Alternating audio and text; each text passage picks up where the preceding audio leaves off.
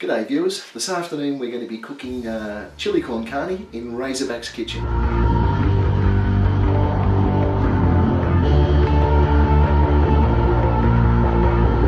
A ton of ingredients. Number one, you've got blonde beer, which is for me to drink while I'm doing this. Cumin, which you've got to crush, you get that dried cumin and you crush it up yourself. Spanish red onions. The secret to this is the shin of beef on the bone. You're after that marrow in the centre there, which gives you all the flavour. So shin of beef on the bone, forget about minced meat and all that crap, it doesn't work. Because it's chili con carne, you want chilies, and I've got 2 red and 2 green chilies, fresh coriander, fresh red peppers, which look like giant chilies, herbs and spices, which we'll go through. I'll just name them off, but you can see them here. We've got red wine, we've got chopped tomatoes, that. But basically, the guts of the recipe are the fresh ingredients, but that meat is the key to it. So I'm going to take you through step by step, and we're going to make the best chili in the world. Let's go. Okay, so first off we're going to chop up the onions, then we're going to do the chilies, the star anise, the garlic, put them all in the pot at the one time. Okay.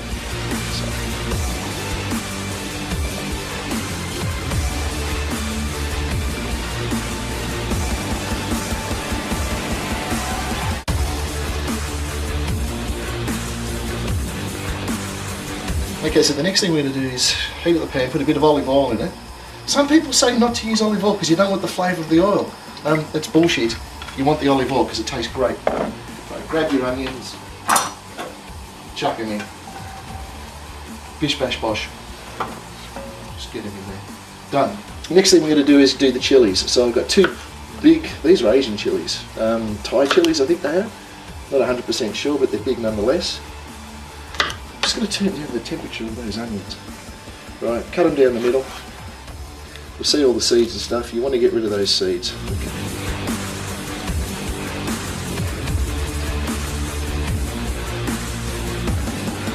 Right, chilies go in the pot.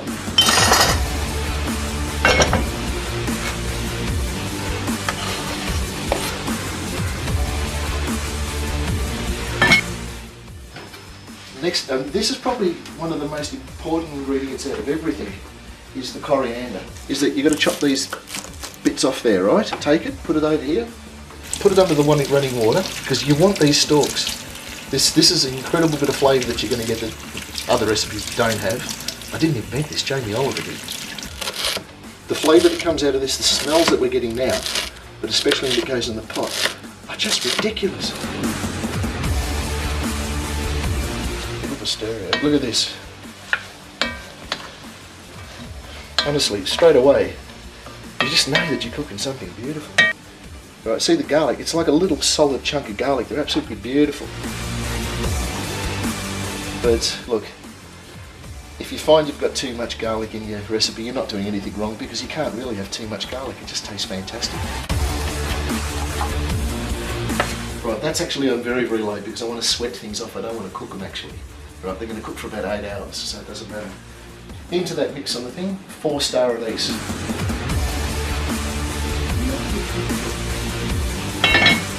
Giant red chilli. Okay, there's 3 of these, they're all going to go in.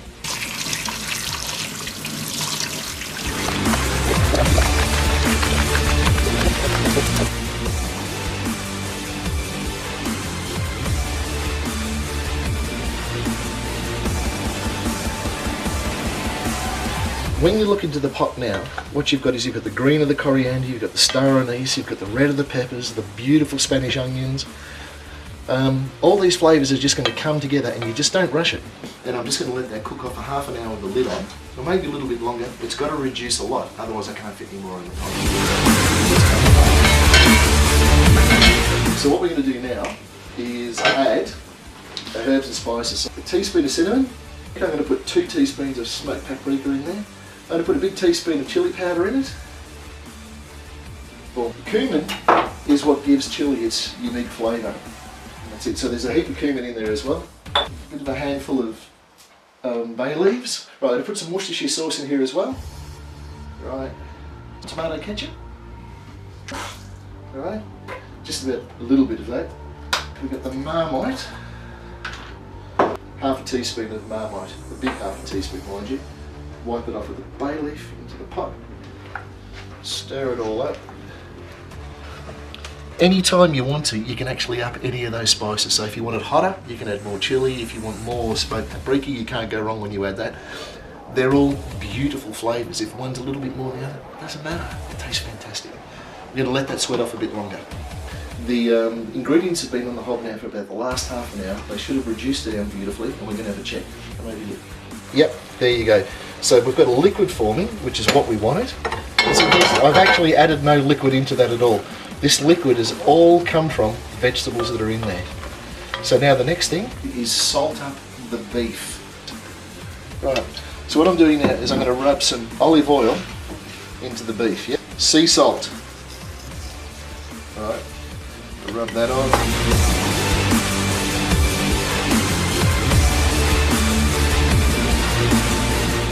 Let's get to it. I'm going to try to scoop out a bit of the space. Next thing we're going to do, right, beef stock. 500 mils of beef stock, half a litre. Next thing we'll do is add just under a half a bottle of red wine.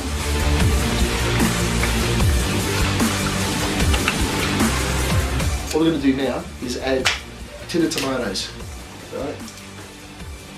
One, second tin of tomatoes. Ready? Tomato puree. What we'll do is add the tomato puree anyway. A whole lot of tomato puree. So what we're going to do now is put the lid on. I've had the oven preheated. I'm turning it down to about 160 degrees. Put that in there. And I'm going to let that reduce in the oven for the next 4 or 5 hours. So we've got the tomatoes, the juices, everything else, that's just going to reduce down. Since we put the chili on, it's been about 3 or 4 hours. What we're going to do now is actually remove the meat from the bone. Now what you're going to notice, see the way it just falls off? Right? It's just falling off the bone. Like that. Ah. See the hole? It looks like the marrow's already come out. Now in here, what there is going to be, that's the marrow. That's actually the marrow right there.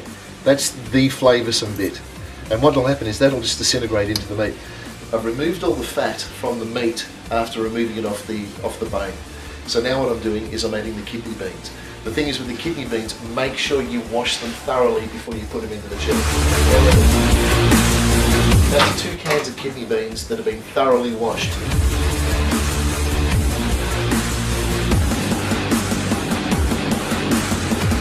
It's unbelievable. It's beautiful. So with what I did before, it's perfect. I don't want to add anything more to it. Except, I've got a jar of picante peppers in brine, and I'm just going to chop them up, put them in, and just quickly. So, pause. So what I've got now is I've chopped up the peppers. They were in brine. I've drained most of the brine off them. I'm just going to fold them in. But the thing is, the brine gives a sort of a very nice acidic type flavour to it, which I didn't expect. So I'm just going to stir those in.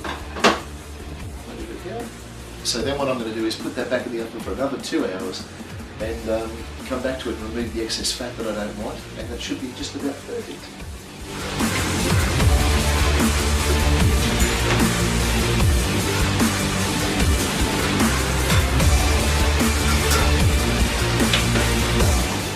Alright, so the chili's been cooking for 8 hours now, so it's been going since 2 o'clock this afternoon. It's looking very, very beautiful. So the next step is to remove the final bits of fat and the star anise, and that's about it. Let's get to it.